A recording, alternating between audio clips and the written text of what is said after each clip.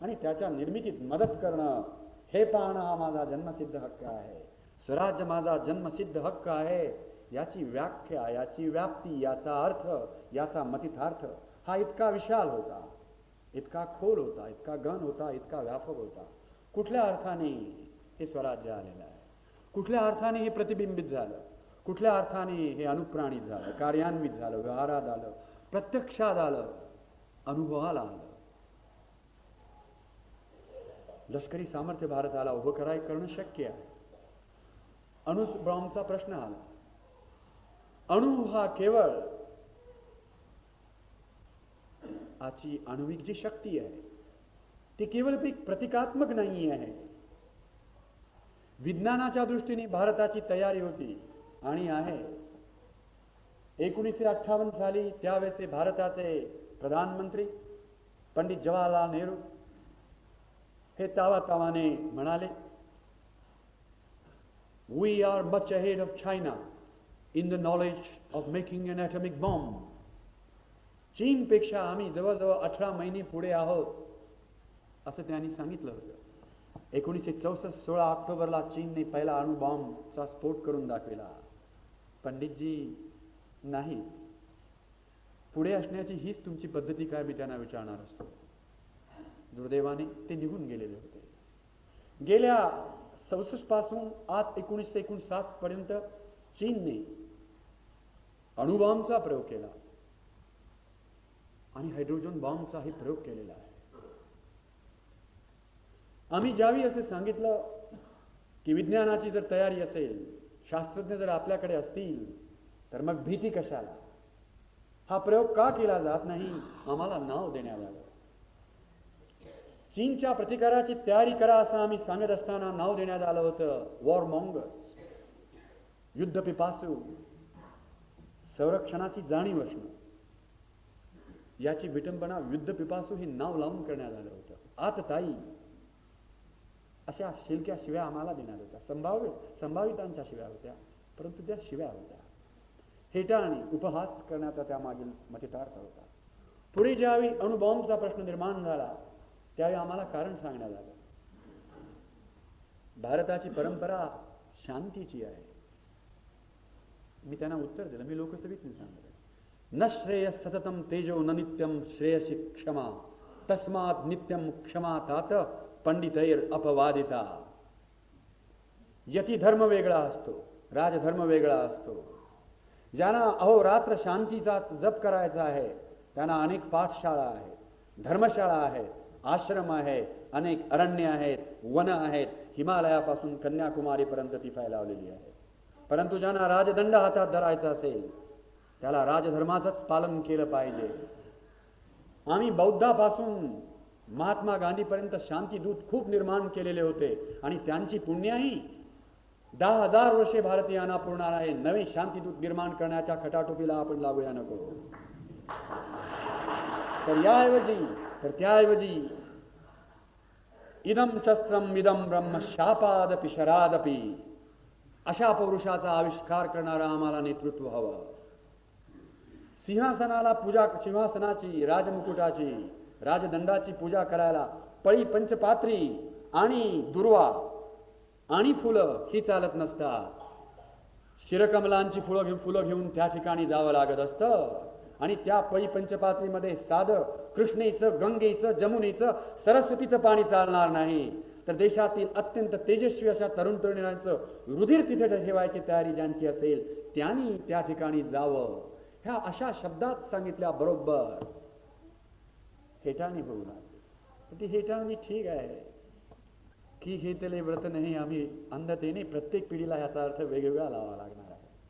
कधी कोणाला अंदमानाचा कारावास भोगावा लागणार, कधी कोणाला अशा रीतीने हा उपहास सहन करावा लागणार आहे. परंतु ते एक ठरलेलं आहे, अपरिहार्य आहे.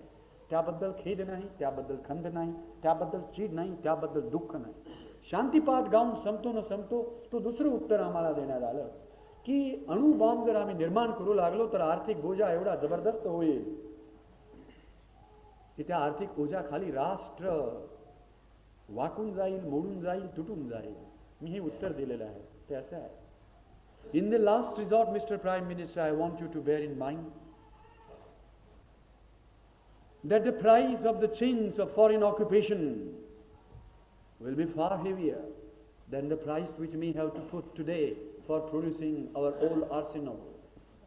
शेवटी हे लक्षात ठेवा की परवशतेच्या गुलामगिरीच्या बेड्या पुन्हा एकदा मानेवर ठेवण्यात आल्या तर त्याचं मोल हे अणुनिर्मितीच्या मोलाहून अनंत पटीने अधिक राहील. म्हणून हा व्यापाराचा तराजू घेऊन हिशेब सांगू नका. टिकवायचं आहे ते स्वातंत्र्य आणि सार्वभौमत्व, हा हिशोब मनाशी ठेवून ही तयारी करायला लागा. हे जमलं नाही. आर्थिक दुर्बलतेतून इतर दुर्बलता कशा फैलावतात ह्याचं एक प्रतिबिंब होतं. परंतु मी वळणार आहे हे दुसऱ्या आता प्रश्नात. देश गरीब होता ही गोष्ट खरी आहे, परंतु या देशामध्ये दुसरं काही सामर्थ्य होतं, दुसरं काही बल होतं, दुसऱ्या एका प्रकारची शक्ती होती, ताकद होती. स्वतंत्र झालेल्या हिंदुस्थानची म्हणे इंग्लंडमध्ये 1600 कोटी पौंडांची गंगाजळी होती. तुम्ही जो पीपल्स प्लॅन तयार केलेला होता त्यावेळी ती जमीन ठरलेली होती. रॉयनी जो तयार केला होता पीपल्स प्लॅन म्हणून आपल्या स्मरणात असेल. बघता बघता 1600 कोटी रुपयांची गंगाजळी इंग्लंडमध्ये जमलेली होती. बघता बघता ती फुकून टाकण्यात आली. याची फारशी मला खंत वाटत नाही, दुःखही नाही. पण त्यापेक्षा एक अदृश्य अशी गंगाजळी स्वतंत्र झालेल्या भारताच्या वाट्याला आलेली होती. जगामध्ये, दुनियेमध्ये, जगाच्या बाजारामध्ये, जगाच्या राजधान्यामध्ये भारताचा एक लौकिक होता, एक चित्र होतं, एक कीर्ती होती, एक गौरव होता, एक आम्हाला स्थान होतं. आणि ते स्थान मानाचं होतं. भारताचं अध्यात्म, भारताचं तत्वज्ञान आणि धर्म या क्षेत्रातील गेल्या 8000 वर्षांचं अनन्यसाधारण असाधारण कर्तृत्व आणि त्या कर्तृत्वाला विवेकानंद, टागोर आणि गांधी यांनी दिलेला उजाळा ही नव्या भारताची, स्वतंत्र भारताची पुण्याई होती, वारसा होता आणि ठेवा होता. जग भारताकडे आशेने पाहू लागलं, अपेक्षेने पाहू लागलं होतं, आदराने पाहू लागलं होतं. 67 साली 15 ऑगस्टला जन्माला आलेल्या भारताला ज्याप्रमाणे समस्या होत्या, आव्हानं होती, प्रश्न होते, अडचणी होत्या, त्याचप्रमाणे असं काही धन होतं. आणि हे धन दिसणारं नव्हतं, पण ते बहुमोलाचं होतं. परंतु ज्या दिवाळखोर वृत्तीने इंग्लंडमध्ये असलेल्या 1600 कोटींचं या रीत नाश करण्यात आला, उधळून लावण्यात आलं, त्याच दिवाळखोर वृत्तीने राष्ट्राचं हे जे दुसरं अदृश्य धन होतं तेही उडवून लावण्यात आलं, फुकून टाकण्यात आलं. या धनाला, या चित्राला, या तस्वीरीला पहिला तडा उडाला तो 1956 साली युरोपमधल्या एका छोट्या राष्ट्राने गुलामगिरी विरुद्ध बंड पुकारलं. आणि त्यावेळी भारताने जी वृत्ती स्वीकारली त्यामुळे ते निर्माण झालं. 1936 साली फ्रँकोने लोकशाही पायी तुडविण्याचा प्रयत्न केला. लोकनियुक्त सरकार झुगारून देऊन लष्करी शक्तीचा उपयोग करून मुक्त होऊ पाहणाऱ्या लोकांच्या पायात नव्या बेड्या लादण्याचा प्रयत्न केला. त्याच्या मदतीला गुलाम भारत धावून गेलेला होता. भारतात एवढं तेज होतं. स्वातंत्र्याची आघाडी ही अभेद्य असते, त्याला देशाच्या सीमा असू शकत नाही याची जाणीव असलेला भारत स्वतःच्या पायातील शृंखला बेड्या विसरून स्पेनच्या आकेला ओ देऊन धावून गेला होता. ॲबिसिनियावर मुसोलिनीच्या इटलीने वार केला होता, आक्रमण केलेलं होतं. भारताचा आत्मा कळवळून उठलेला होता. मदत करण्या इतकी शक्ती नव्हती, परंतु जे जे काही व्यक्त करणं शक्य होतं ते भारताने केलेलं होतं. चीनवर जपानने आक्रमण केलेलं होतं. तरुण भारतीयांची तुकडी शस्त्र घेऊन नाही, परंतु बलिदानाकरता तिथे धावून गेलेली होती. गुलाम भारत स्वातंत्र्याची बूज राखणारा होता, स्वातंत्र्याची चाल राखणारा होता, स्वातंत्र्याची किंमत राखणारा होता. आक्रमणाला आक्रमण म्हणण्या एवढा प्रामाणिकपणा, एवढी हिंमत त्या भारतामध्ये होती. भारत स्वतंत्र झालेला होता. सुभाष बाबू नेहमी असे सांगायचे, India freed means mankind save. बंदमुक्त भारत हा जगाचा त्राता ठरेल. एकदा हा भारत मुक्त झाला की कुठेही कोणाला कधीही आक्रमण करता येणार नाही. एकदा भारतावर स्वातंत्र्याचा सूर्य उगू लागला की मग परवसतेचा कलंक ग्रहण कुठेही कुठल्याही भूमीला लागू शकणार नाही, असा दुर्दम्य आशावाद या देशभक्तांचा होता. त्यांनाही माहीत नव्हतं की हंगेरीसारख्या छोट्या राष्ट्रावर एक आधुनिक बलाढ्य राष्ट्र आपल्या पाशवी शक्तीचा उपयोग करू लागल्यानंतर आणि ते मर्दुमकीने लढत असताना, सारी दुनिया सांगत असताना हे पाप घडत आहे, एक राष्ट्र निघेल, ते नरोवा कुंजरोवा मला दिसत नाही, धृतराष्ट्राच्या बाण्याने पाठ फिरून राहील. सारं जग स्तिमित झालं, चकित झालं. भारताकडून वेगळी अपेक्षा होती. पंडित जवाहरलाल नेहरूंनीच त्याचं आश्वासन दिलं होतं. When justice is threatened, freedom menaced, or aggression takes place, we cannot and we shall not remain neutral.